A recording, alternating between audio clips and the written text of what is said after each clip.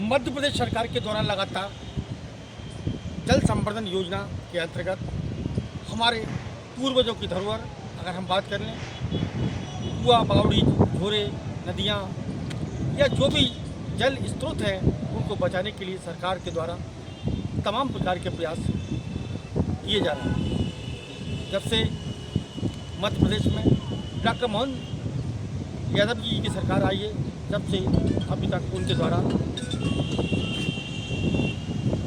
जल संवर्धन के लिए जागरूकता अभियान चलाया जा रहा है। उसके लिए उन्होंने जिला प्रशासन, कलेक्टर और एसपी को सख्त निर्देश दे रखे। उसी क्रम में आज विदिशा में जल संवर्धन योजना के अंतर्गत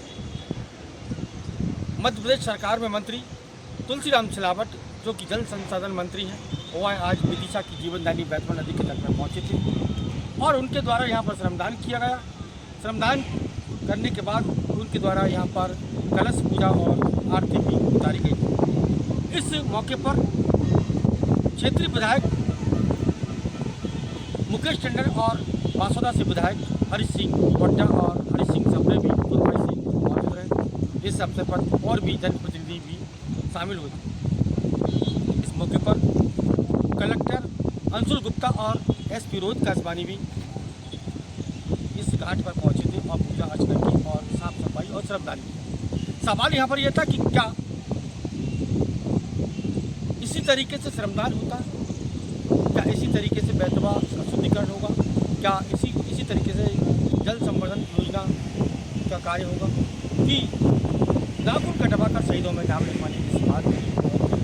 लेकिन सवाल यहाँ पर यह था कि जहाँ पर जो बैतवा घाट है, बैतवा नदी है, उसमें करीब बताया जाता है जानकारी के अनुसार करीब 17 से अधिक चोर नाले इस बैतवा नदी में मिल रहा है। आपको बता दें कि इसका जल इतना पवित्र था कि यहाँ पर अनेक बीमारियाँ ठीक हो जाती थी, ऐसा शास्त्र में लिखा हुआ। लेकिन आज जीवन नदी बैतवा दूषित हो गई है, जरूरत है इसे मिलकर बचाने के लिए। तो आज हालांकि मध्य प्रदेश सरकार के जल संसाधन मंत्री तुलसीराम सिलावट और क्षेत्रीय विधायक यहाँ पर पहुँचे थे, उनके द्वारा यहाँ पर व्यवस्थाएं देखी गई। अब वो व्यवस्थाएं कब होगी, कैसे होंगी, ये फिलहाल समझ की जाती है।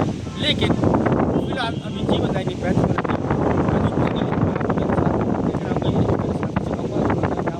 बताएं, ये बैतवा जो पानी है गंदा हो चुका है, इसमें बदबू आ रही है और यहाँ तक कि कीड़े पड़ रहे हैं। लेकिन माँ का आंचल कभी गंदा नहीं होता।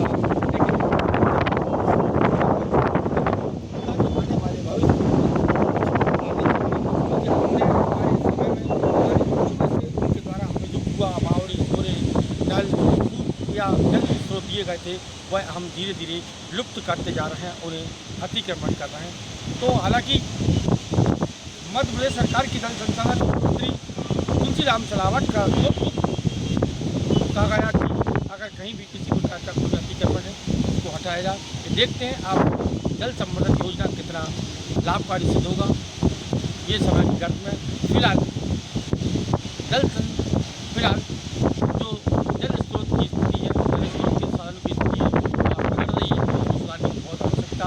मैं विदिशा से राय टीवी समाचार भारत के लिए कमल।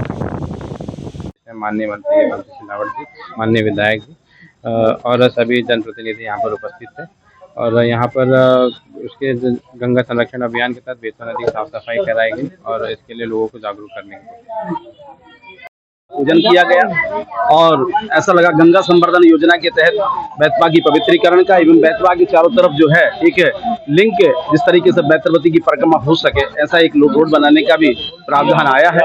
और बैतवा कैन योजना का जो है कि ये गंगा जी जो है सदैव सदा नीरा बहती रहे, इस संदर्भ में आज मंत्री जी ने यहाँ माँ बैतरवती का पूजन किया है।